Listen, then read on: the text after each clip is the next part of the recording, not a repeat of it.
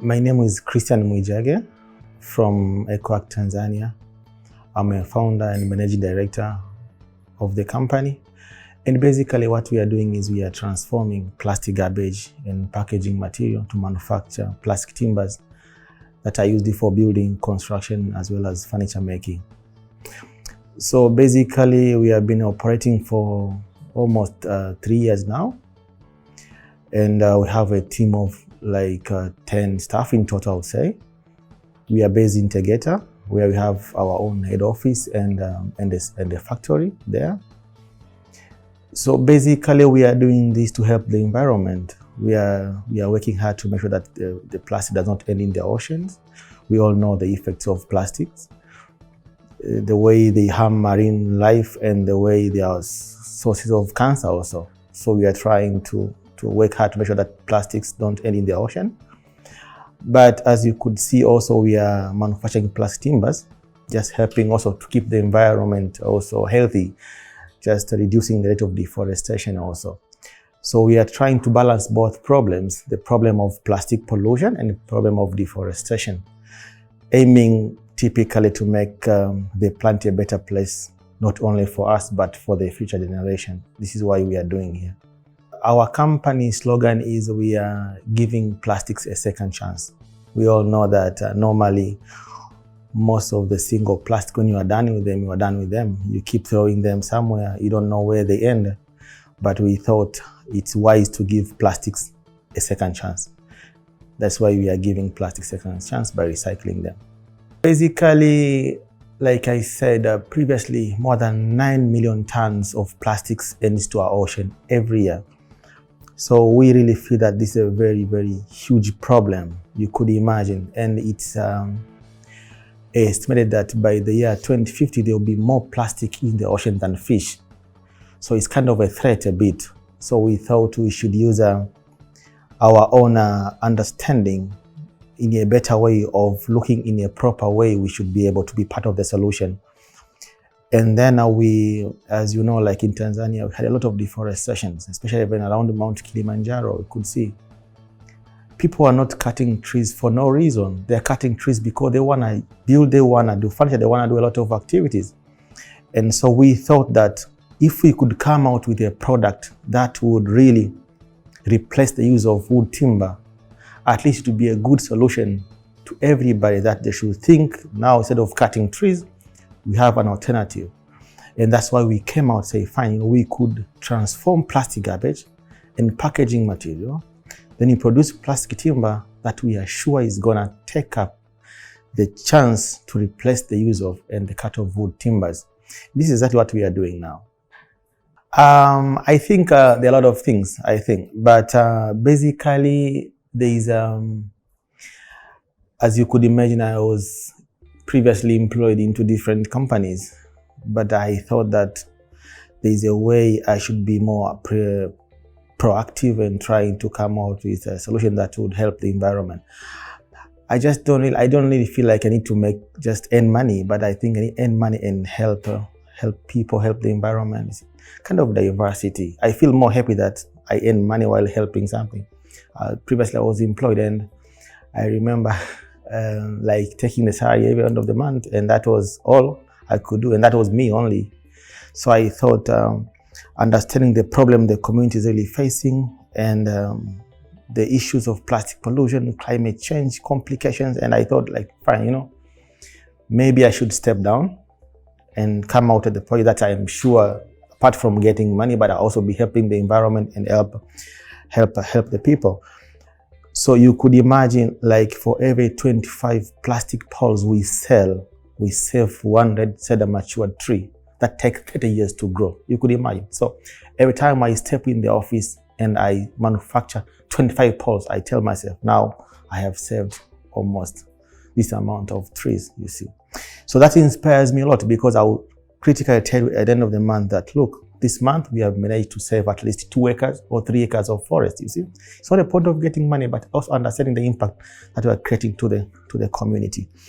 And apart from that is, like, we have a program that is called Garbage Medical Insurance, working with poor slum people who are very poor, who are collecting plastics, and instead of paying them money, they give us plastics and we offer them medical health insurance. Seen some several incidents whereby someone from the hospital with no money is thanking you because he got treated simply because he gave you plastic garbage. You could imagine how many people in the community that don't have access to health facilities because they don't have money to pay. I think this is where we need to intervene. This is where we are trying to work, looking how many lives we are saving every day, because trust me, people don't have money to cover all the expenses when they go to treatment. Let's talk about poor families. The only thing a poor family can give you for free is garbage. Then the question was, how could we use this garbage that poor family have? We collect them because they could give us for free, then offer them medical health insurance because we need these plastics to produce timbers and sell them. Then when we sell, the revenue we collect, we pay for the medical health insurance and we remain for some percent to run the company.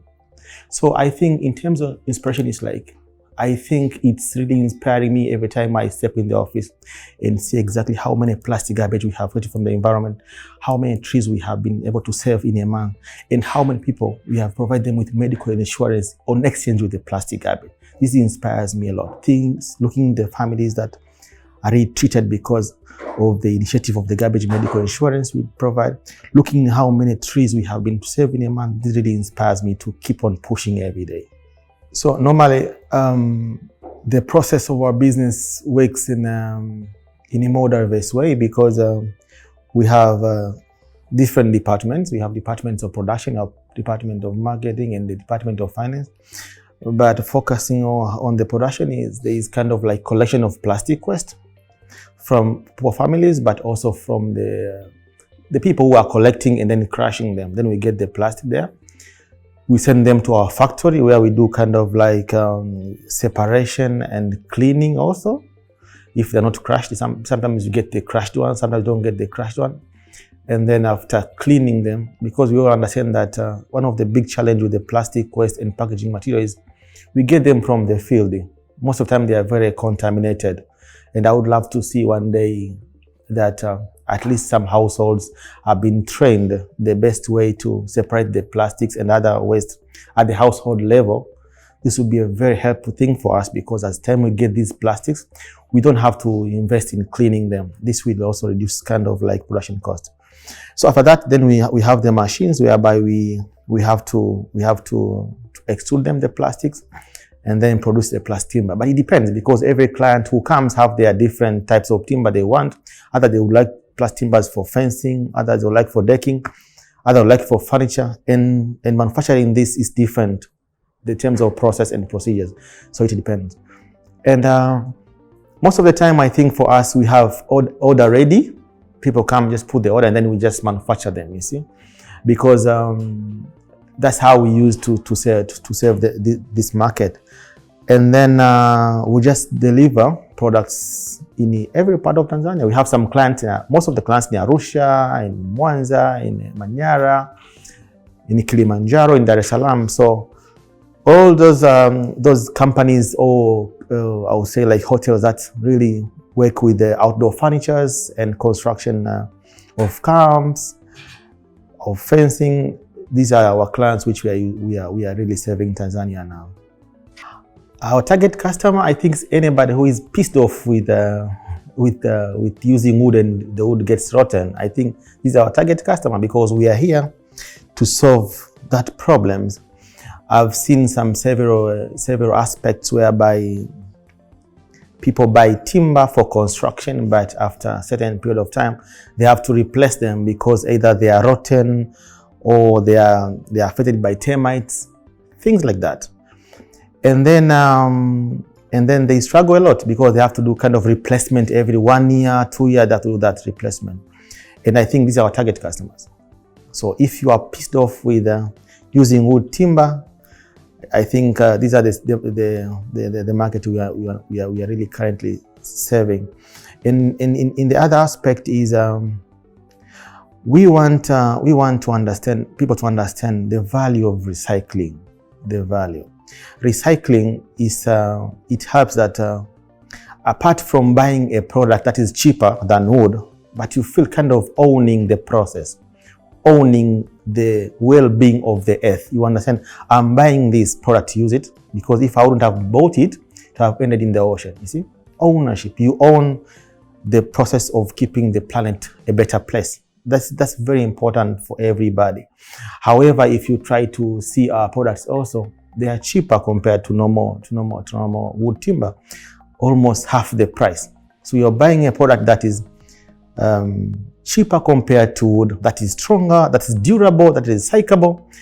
And one important aspect is, if you buy our products, you use them, and if you are tired of using them, you could simply sell back to us. We crush them and then produce other products. I will give you a very simple scenario. For example, you bought a piece of land, and you want to put a fence. You could use our plastic timbers, putting a fence. Maybe after 1 year, 2 years, now you want to put a block fence, right? Using bricks. At that time, when you remove those plastic timber of ours, which you bought from us, you can bring them to us and say, guys, I'm done with this now. You sell that to us, and then you get back your money, and then you do other things, you see. So it's kind of, you have nothing to lose. There's no reason that someone should not be using the plastic timbers, apart from making the world a better place and making a clean planet, but also a lot of value that are attached by using plastic timbers. That is one of the very tough parts. I think every company has their own strategy, but for us it's a bit more diverse, because we understand exactly the type of customer we are working with, and we have dedicated part of the company that is the marketing and sales department. And this is one of the area which we are trying to empower every day. And for us, we have strategy. For example, we understand that most of our clients are on the construction industry. And then normally what we do is like try to be available in a lot of construction events, expos, to be there presenting our product. But also we have kind of like field visiting, whereby the marketing department visits these clients and get them to know better our product, see the samples, see the work we have done. We also have to advertise a lot of time in our social media platforms, go to Instagram, Twitter, Facebook. We also do kind of email marketing to get more people understand. We also do kind of back SMS push to our clients. So we have some different strategy, and one important thing is like for us is having a target. If you want to grow bigger, we have to keep the focus on the target.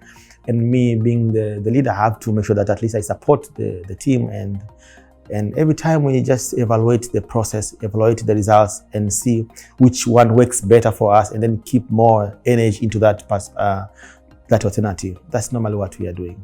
I've seen several initiatives, and whereby people are trying a little bit more to work with different recycling ideas, and I really appreciate that. And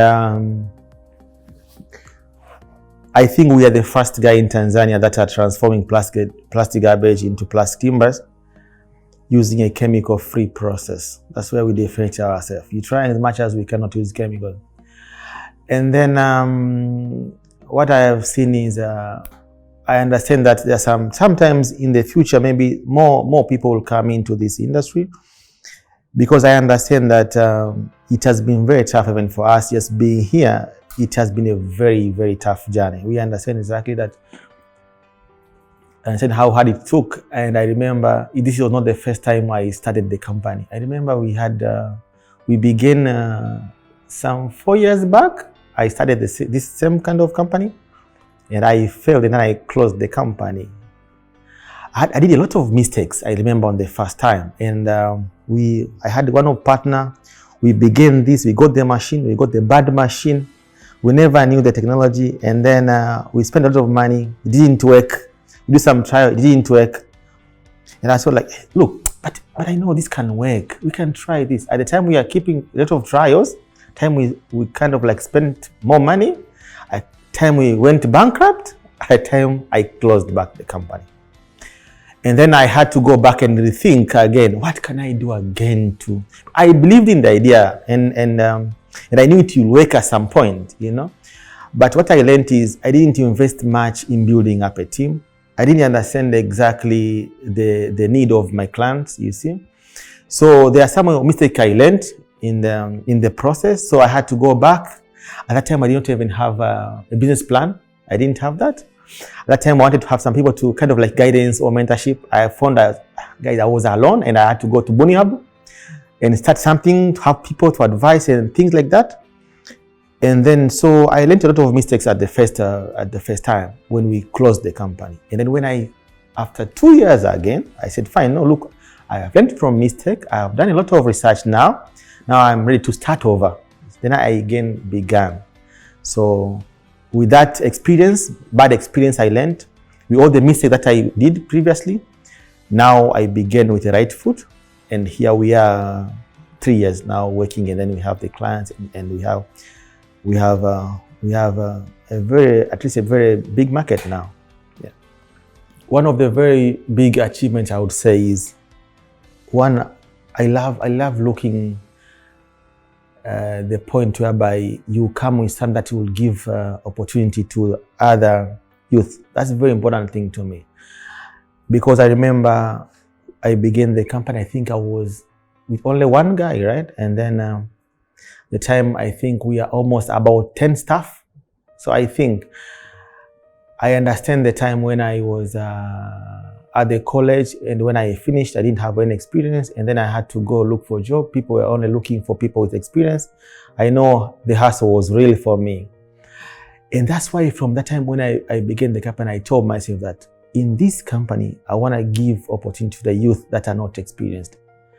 Create a platform where they will come, let them learn, get experience, and then you open kind of like a lot of opportunities to them. So for me, that has been the way, you see. So every time we have to recruit someone, we don't look on the experience, we look on the talent, the ability to learn. You see, this is the thing that pushes us, say, fine, we can take this stuff, and then move on. So one of the achievements, I think, we have been able to provide employment opportunity to a lot of youth. That's very, very kind of like interesting part for me. The other thing is like we have been able to withdraw more than, I think, in a monthly, more than 5 tons to 7 tons of plastics every month. You could imagine. And we have been here for more than 3 years. So if we are able to use more than 7 tons of plastic, where would this plastic had gone if we wouldn't have been able to take them? You could imagine that. So I think for us that has been a very big achievement. And I think for us on the scaling, especially for this year, we want to double or triple that, because we have some different partners who are interested to work with us now, including some other organizations which we are currently had kind of like discussions from last year, and we think we need to double or triple the impact. The third one, I think, for us is like looking on the amount of forest we have saved so far. One of our biggest clients in Arusha, normally they buy this plastic timber, and then they construct school desks. We understand that the government has the policy of free education. This creates kind of like every year more students are enrolling in the schools. So can you try to imagine how many trees we are going to cut? I understand it's good to have more students going to class, right? And they are building a lot of classrooms, right? Now it comes to the school desks. So this means we have to cut more trees every year. This is where we are trying to intervene and come inside. The government has come with a very nice policy, right? But we can also intervene, helping the government make sure that they reach their goals in a more safer process.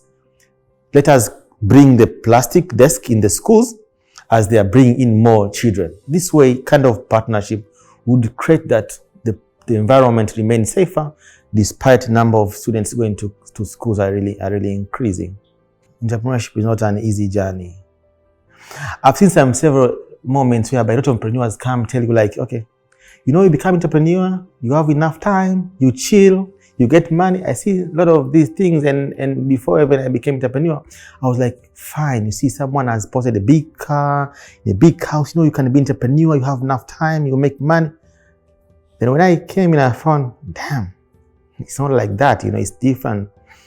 And trust me, you have to work more than anybody in the company, 24 hours sometimes. You don't have enough time to sleep. You see, and then at the beginning, I think I didn't have a mentor. So I did a lot of mistakes. I didn't have someone to guide me. And trust me, there are times when things are tough, you have to close the door and cry a bit, you see. And you make sure no staff sees you. And when you come out, they see like you're fresh, and then things continue. This is the reality. I think it's a time we have to tell the young guys who are coming to entrepreneurship the truth. There is a good part of being an entrepreneur, the way you impact the community, the way you impact the society, the way you impact people's life. But there's a tough part of that. That needs kind of tolerance, perseverance, and understanding the vision. One thing that would motivate you to work hard day and night is only if you have a vision. You don't want to lose that. You close your eyes, you see a big picture of where you are going, and something tells you in your heart like, look, despite all the challenges, I want to be there. And one of the very common things I do with my team, I remember you asked what I would have done differently. Maybe I shouldn't have been focusing on building the company. I should have focused on building the team. Because look, I don't have a capacity of doing anything. But I remember I found myself in a situation whereby I was spending much time, much resources in building the company. And I forgot that there's nothing that the company will do without the team. And I didn't invest anything on the team. And so if there's something I would have done differently, if I was to start the partnership today, it's just focusing on building a strong, focused team that has the same vision, the same picture I have in my mind. So that anytime we plan anything, anytime we discuss something, they know exactly the picture I have. The problem is like at the beginning, I was the only guy who had the picture, the vision where I want to go. The team didn't have that. Nobody in the team who had that picture, you see. So sometimes I get frustrated, confused, like these guys are not supportive, these guys don't want to push this because they didn't have the picture where they want to go. So I think if there's one of the very important things, if I would have done different, I think was just to build the team and put the picture of the vision I have in their mind also. It's a proper scaling strategy. Because everybody wants to see exactly the company grows, the service are daily offered to a lot of people, you see.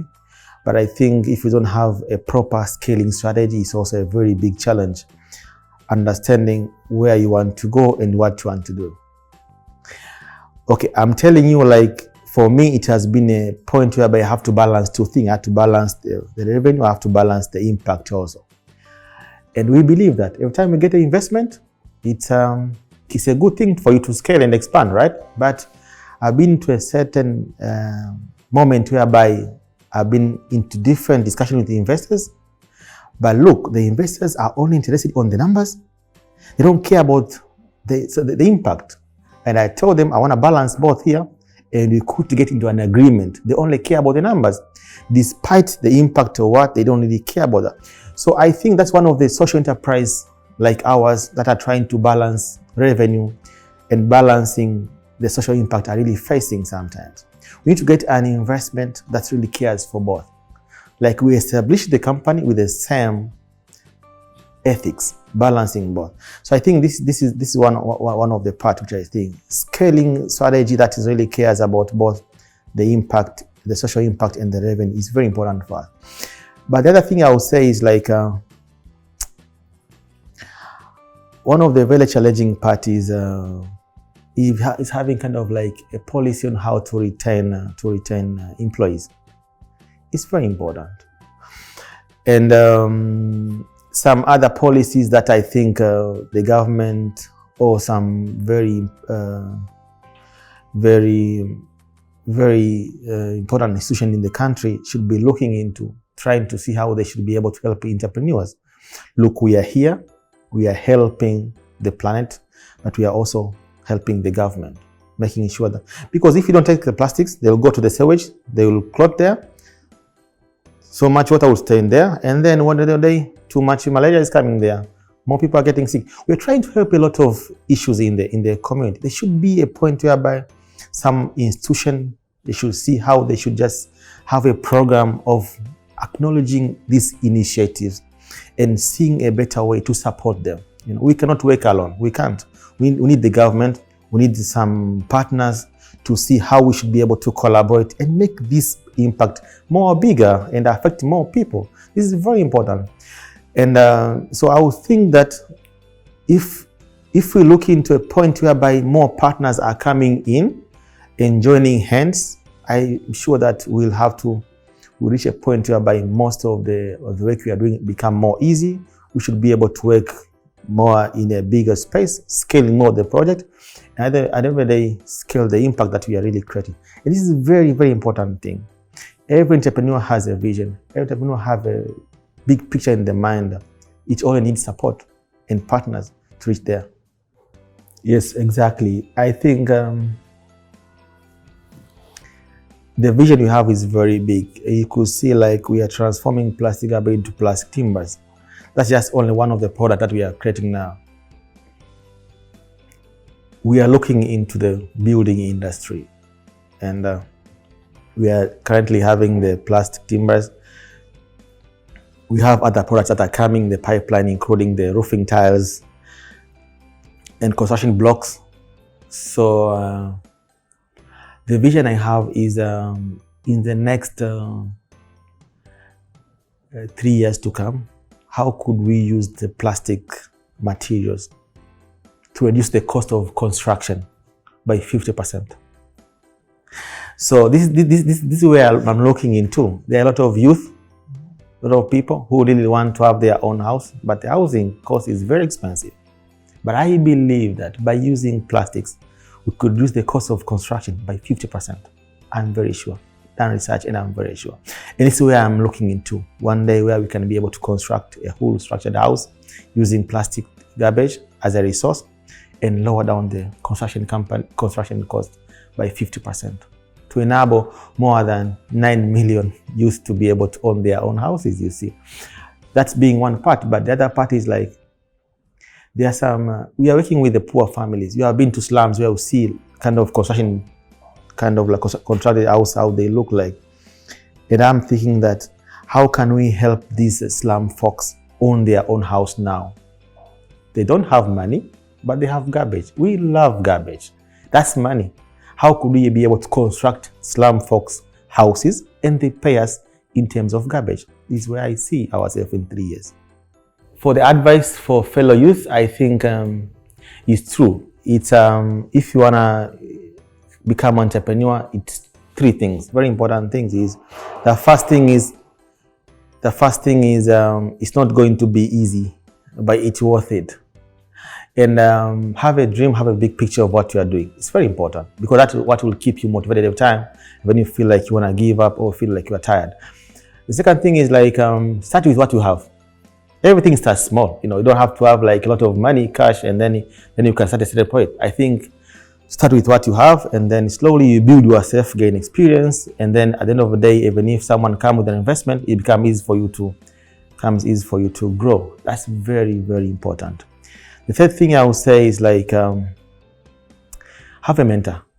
It's very important because in this journey, sometimes there are some ups and downs. You sometimes get disappointed. You feel like you can't go anymore. You see, I think having a mentor, it helps you like kind of like having an external kind of energy whereby you have someone you could talk to, could share some information, get kind of like guidance, and you should be able to move on. This is what I have learned this. And don't get afraid to make mistakes. We are building from our own mistakes. We've done a lot of mistakes. That's why we are here. So I think everybody, making mistakes is part of the process. As long as you learn from them and you take them positively and you put some strategy of not repeating them, it makes you stronger and become more visionarized in the way you want to deliver your project and ideas. Most important thing I was saying, have a very big picture of what you want to do and start small.